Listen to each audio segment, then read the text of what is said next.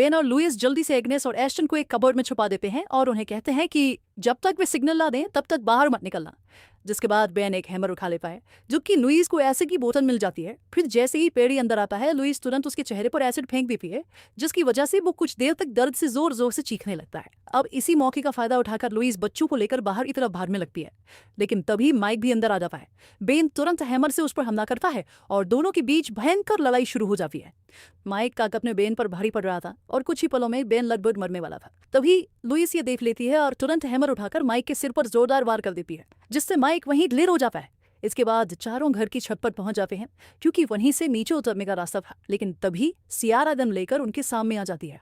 वो उन पर गोली चलाने ही वाली थी कि पीछे छुपी हुई लुइस अचानक उस पर हमला कर देती है, जिससे सियारा का संतुलन बिगड़ जाता है और वो सीधी छत से नीचे गिर जाती है, जहां उसकी मौके पर ही मौत हो जाती है। लेकिन इस दौरान नीचे उतरने वाली सीढ़ी भी गिर जाती है, यानी अब वे लोग छत पर फंस चुके थे।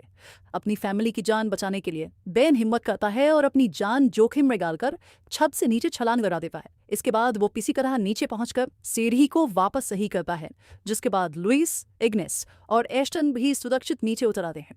लेकिन तभी अचानक पेडी फिर से उनके सामने आ जाता है।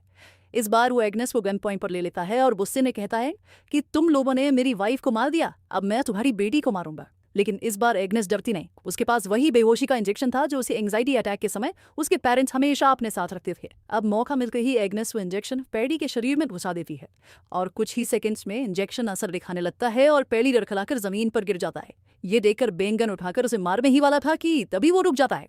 फिर वो ये मौका एस्टन को देता है, क्योंकि सबसे ज्यादा दर्द और जुल्म उसी ने झेले थे। अब सालू का गुस्सा और डर एस्टन के अंदर एक साथ फूट पड़ता है। वो गन नीचे फेंक देता है और जमीन से एक बड़ा पत्थर उठाकर पेडी के सिर पर बार बार वार करने लगता है, जब तक उसकी सांसें हमेशा के लिए बंद नहीं हो जाती। जिसके बाद बेन, लुइस, इग्नेस और एस्टन उस फार्म हाउस को हमेशा के लिए छोड़ लेते हैं और वहां से दूर निकल जाते हैं, और इसी के साथ ये कहानी यहीं खत्म हो जाती है।